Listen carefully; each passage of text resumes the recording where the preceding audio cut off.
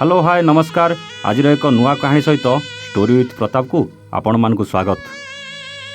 हठात राति अधे मोबाइल रिंग रे मोनालिसार निद भांगीगला। किए एते राति कॉल करथिबो भाभी भाभी कॉलटा रिसीव करी मोनालिसा हेलो कहला, किंतु सेपटू किछि उत्तर आसी नथिला। फोनटा काटी देई पुणी शोई पड़ला।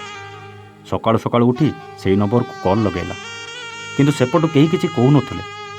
मोनालिसा मने मने भाबुतला किए हेतिबो आउ एमिति नीरवता पछर कारण कौन, किंतु ता प्रश्नर उत्तर से निजे भी पाउनथला। दिन जाई राति हैला, पुणी राति रे सेई नंबर कॉल आस्थिला। एथर मोनालिसा टिके रागरे कॉल रिसीव करी अनेक कथा शुणी देगला, किंतु सेपटू खाली नीरवता नीरवता आउ नीरवता छड़ा किछि नथिला। किछि स्मृति मने पकेबाकू चेष्टा कला मोनालिसा। किए हेई थाई पारे बोली मने मने भाबिबाकू लागिला। कल्पना ना, से चुप कहीं रहिबो? आउ कौन सीमा? ना ना, से तो बड़ कजिया कइटे, से तो चुप रही पारिबनी। आउ कौन आलोक होइतिबे?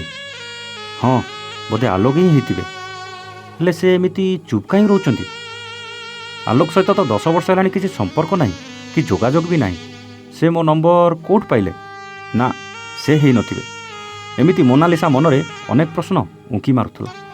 तथापि मोनालिसा मनरे जानिबाकू बहुत आग्रह हेउतला, किंतु सेपटरू से नीरवता जेमिति जणैबाकू चाहुनथला से किए बोली। तथापि काहेकि मोनालिसा से नीरवता मनुष्यटाकू आलोक बोली सन्देह करथला। 10 वर्ष तलर से स्मृति को मने पकेबाकू चेष्टा कला मोनालिसा। से दिनर से घटना आज भी ता आखि आगरे नाची जाउथला। जो दिन प्रथम थर आलोक आउ मोनालिसा कॉलेज रे देखा होइतिले। उभय थिले कॉलेजर नुआ।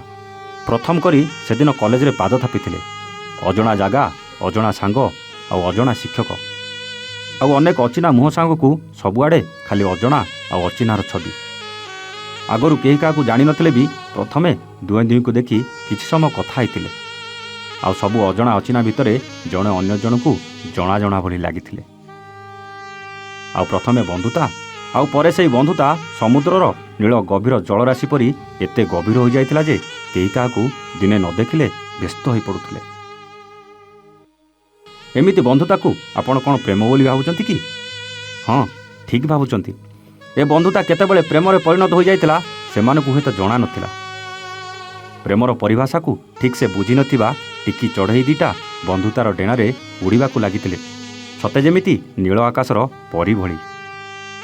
एमितिरे 2 वर्ष बीती जाइतिला। आउ देखु देखु युक्त 2 परीक्षा सरला परे उभय उभयक घरकू मध्य चली जाइतिले। किंतु सेमानक शरीर घरे सिना थिला, किंतु उभयक मन जेमिति खोजुतला हाथ धराधरी हेई से खोला आकाश रे उड़ीबाकू। पूर्वपरी डेणा सिना थिला, हेले उड़ीबाकू खोला आकाश नथिला। किछि दिन कष्ट सही निजकू दूरे रखिबाकू बाध्य होइतिले, हेले केही काहाकू टिके भी भूली पारि नथिले। पुणी थरे सेमानकू एकाठी करिथिला युक्त 3 रो सेही कॉलेज। मोनालिसा जो कॉलेज रे एडमिशन करथिला आलोक भी सेही कॉलेज रे एडमिशन करथिला। केमिति बा करि नथांता। ए 2 मास मोनालिसा पाखरु दूरे रही केते जे कष्ट पाइछि तार हिसाब हुए तो से निजे भी जानि नथिला। किंतु पुणी थरे फगुणा आसिला आउ 2 प्रेम पक्षी से बंधुतार डेणारे खोला आकाश रे उड़ीबाकू लागितिले। केही काहाकू कहि पार नथिले भी 2 प्रेम पक्षी निबिड़ प्रेमर गभीरतारे बुड़ी जाइतिले। किंतु मनरे संपर्क भांगी जिवार डर दुहींकू घारितिला। वर्ष पर वर्ष बीती चलिला और समय सहित बंधुता भी बढ़ी बढ़ी चलला। देखु देखु युक्त 3 शेष वर्ष आसी पहुँची जाइतिला। दिनकर घटना घंटारे बाजितिला दिन 11टा। निजर गोलापी रंगर साइकेल उपरे बसी कॉलेज आसीबा समय मोनालिसा हठात खबर पाइला आलोकर एक्सीडेंट हो जाइछि। एकथा शुणी किछि समय पई स्तब्ध हो जाइतिला मोनालिसा।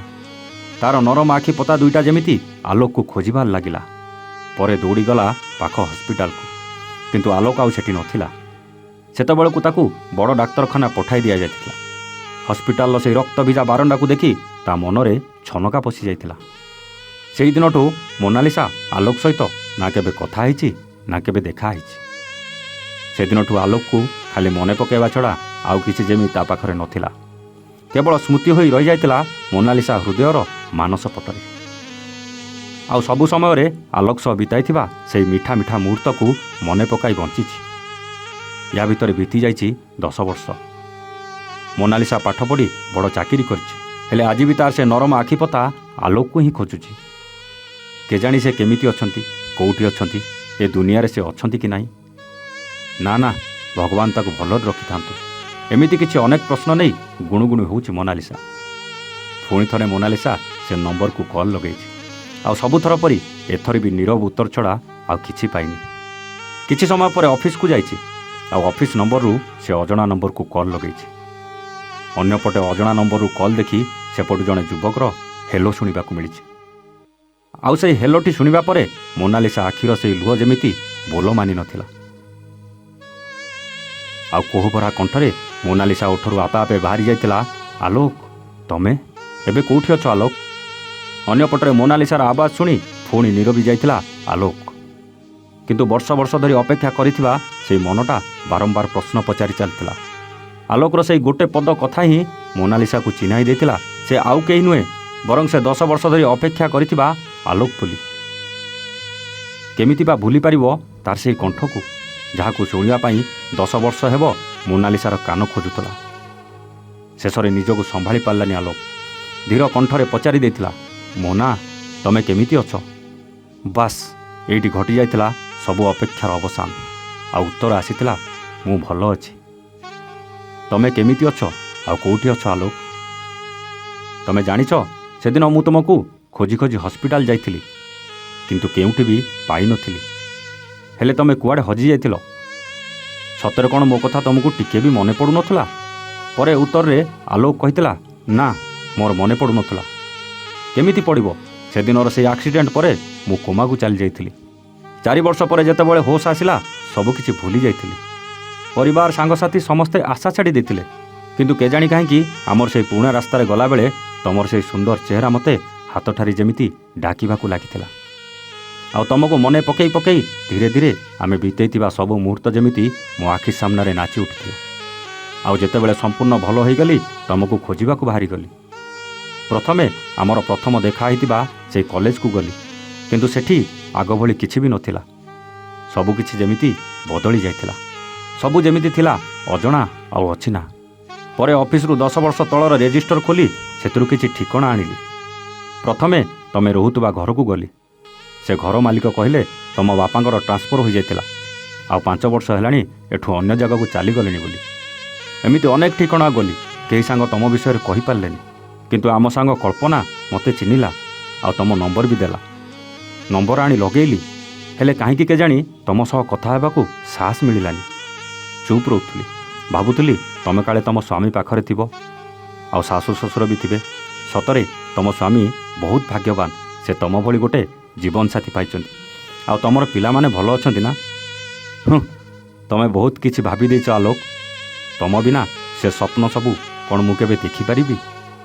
ଘରର ବଢ଼ିଲା ଝିଅଟେ ଥିଲି। ଅନେକ ଆଡ଼ୁ ଏମିତି ଅନେକ ପ୍ରସ୍ତାବ ଆସିଛି। ବୋଉ ବି ମୋତେ ବହୁତ ବାଧ୍ୟ କରିଛି, କିନ୍ତୁ ମୋ ମନ କହୁଥିଲା ତମେ ଦିନେ ନା ଦିନେ ମୋ ପାଖକୁ ନିଶ୍ଚିତ ଫେରିବ। ହୁଏତ ସେଦିନ ମୋର ସେଇ ଓଠ ତମକୁ ପ୍ରେମ କରିଛି ବୋଲି କହିବାକୁ ସାହସ କରିନଥିଲା। କିନ୍ତୁ ଆଜି ଏତେ ଦିନ ପରେ ତମକୁ ପାଇ ମୁଁ ପୁଣି ଥରେ ତମକୁ ହରେଇ ଦେବିନି। ତମେ କେବଳ ମୋର ଆଉ ମୋର। ହଁ, ଆମ ଭଲ ପାଇବା ବି ସ୍ୱଚ୍ଛ ଥିଲା, ଆଉ ଆଜି ବି ପବିତ୍ର ଅଛି। ସେଥିପାଇଁ ତ ଏତେ ବାଧାବିଘ୍ନ ପରେ ପୁଣି ଥରେ ଆମେ ଏକାଠି ହୋଇଛନ୍ତି। ଗୋଟିଏ ପଟେ ମୋନାଲିସାର ଓଠ ଏମିତି କିଛି କହୁଥିଲା, ଆଉ ଅନ୍ୟପଟେ ସବୁ କଥା ଶୁଣି ଆଲୋକ ଆଖିରୁ ଲୁହ ମଧ୍ୟ ଯେମିତି ବୋଲ ମାନୁନଥିଲା। ଭାବୁଥିଲା, ସତରେ କ'ଣ ଏ ଦୁନିଆରେ ଏମିତି ବି ପ୍ରେମ ହୁଏ?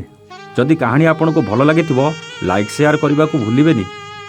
ହଁ, ସବସ୍କ୍ରାଇବ୍ କରି ବେଲ୍ ଆଇକନ୍ ଦବାଇ ଦିଅନ୍ତୁ।